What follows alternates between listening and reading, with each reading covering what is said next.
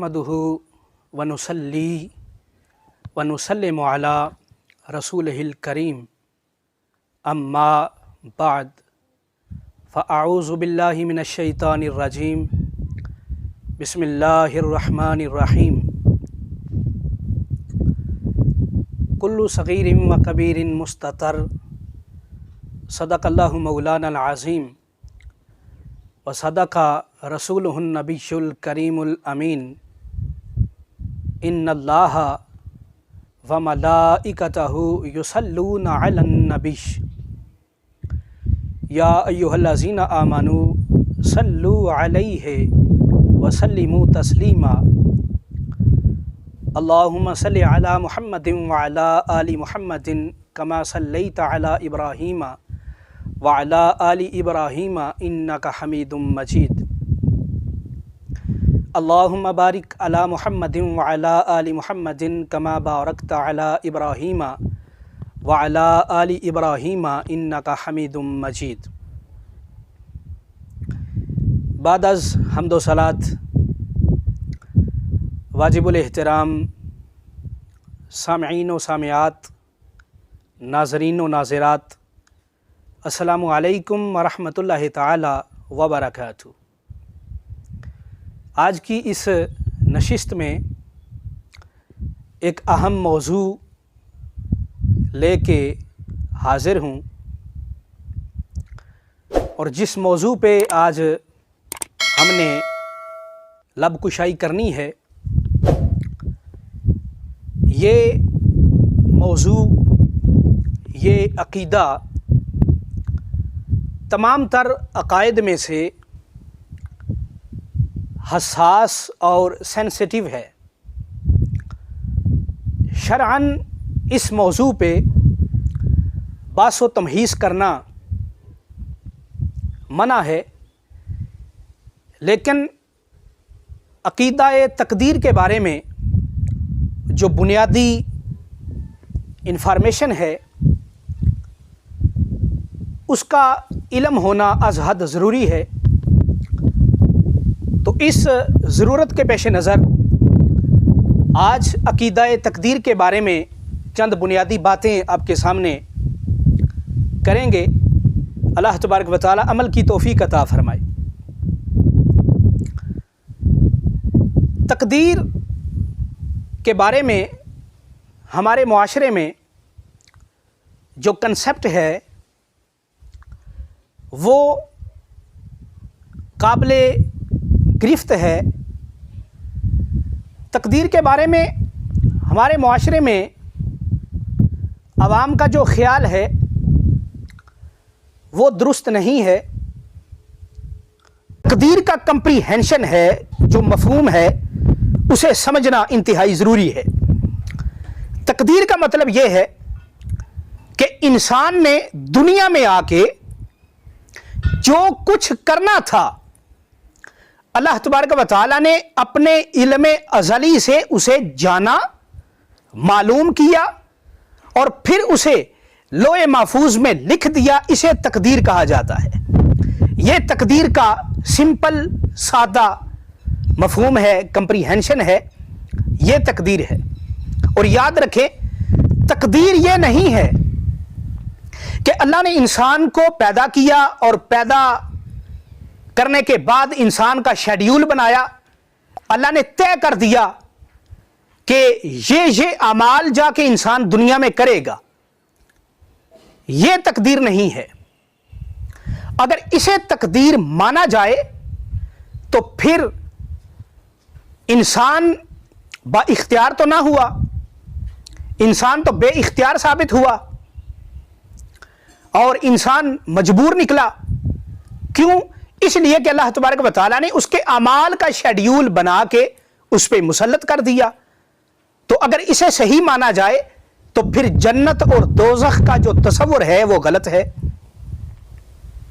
پھر سزا اور جزا کا جو تصور ہے وہ غلط ہے۔ لہٰذا یہ تقدیر نہیں ہے، بلکہ سادہ الفاظ میں یوں آپ سمجھ لیں کہ انسان نے جو کچھ دنیا میں آ کے کرنا تھا وہ اللہ تبارک و تعالیٰ نے اپنے علم سے جانا کہ یہ اعمال جا کے انسان دنیا میں کرے گا. اب اللہ نے وہ اعمال لوح محفوظ میں لکھ دیے، یہ تقدیر ہے. ایسا نہیں ہے کہ اللہ نے پہلے ایک شیڈیول بنا کے اعمال کا کہ انسان دنیا میں یہ جا کے کرے گا اور یہ تقدیر ہے. یہ تقدیر نہیں ہے. اور یہ تقدیر کا مفہوم تھا جو میں نے آپ کے سامنے واضح کیا ہے.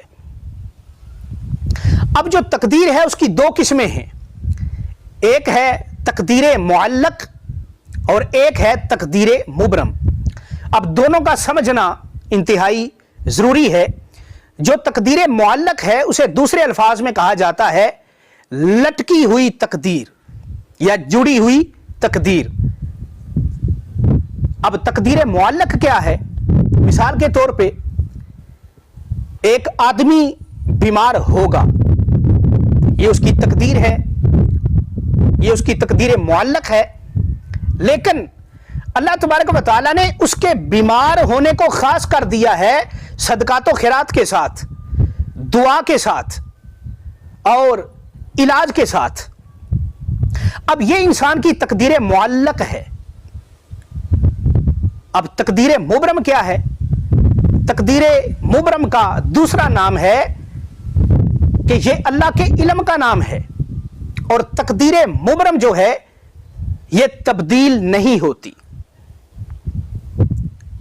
اور اسے آسان الفاظ میں پکی تقدیر بھی کہا جاتا ہے.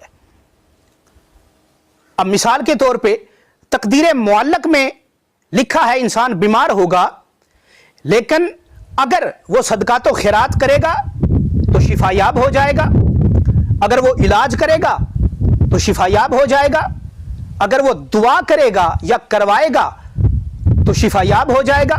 یہ تقدیر معلق تھی. اب جو تقدیر مبرم ہے اس میں اللہ تبارک و تعالیٰ کی ذات کو معلوم ہے، ہمیں معلوم نہیں ہے. تقدیر مبرم میں یہ لکھا ہوتا ہے کہ کیا یہ انسان صدقات و خیرات کرے گا، کیا یہ اپنا علاج کروائے گا، کیا یہ اپنے لیے دعا کروائے گا یا کرے گا. تو اگر تقدیر مبرم میں لکھا ہو کہ یہ شفا یاب ہو جائے گا، اس کی عمر میں اضافہ ہو جائے گا، تو پھر انسان صدقات و خیرات کرے گا، پھر اپنے لیے دعا کرے گا، پھر اپنا علاج بھی کروائے گا اور شفا یاب ہو جائے گا. لیکن اگر وہ صدقات و خیرات نہیں کرے گا، دعا نہیں کرے گا، علاج نہیں کروائے گا تو مر جائے گا. یہ بھی تقدیر مبرم میں لکھا ہوتا ہے، یا مر جائے گا یا شفا یاب ہو جائے گا. یہ چیزیں تقدیر مبرم میں لکھی ہوتی ہیں، لیکن اللہ تبارک و تعالیٰ کی ذات اس کو بہتر جانتی ہے، ہم اس کے بارے میں نہیں جانتے. تو اس دنیا کے اندر انسان جو بھی اعمال کرتا ہے، انسان کے اعمال کا جو سلسلہ ہے ان میں انسان اسباب اختیار کرتا ہے.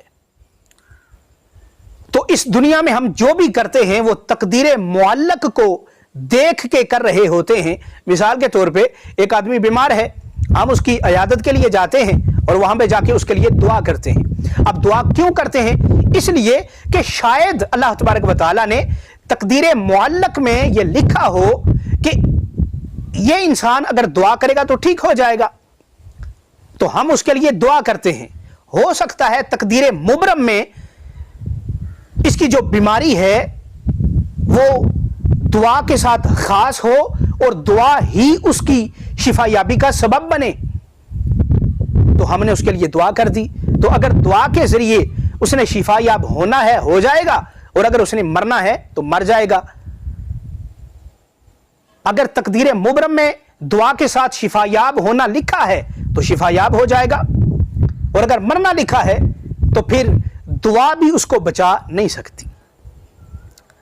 یہ تقدیر کے بارے میں سمپل سا ایک بیان تھا جو آپ کے سامنے میں نے واضح کیا ہے، اور یہ عقیدہ تقدیر ہے. اللہ تبارک و تعالیٰ کی بارگاہ کے اندر دعا ہے اللہ تبارک و تعالیٰ ہم سب کو عمل کی توفیق عطا فرمائے، اور اللہ تبارک و تعالیٰ ہمیں ہر اس عمل کی توفیق عطا فرمائے جس میں اللہ تبارک و تعالیٰ کی رضا ہو اور اللہ تبارک و تعالیٰ کے رسول کی رضا ہو. وما علیہ الا البلاغ والسلام.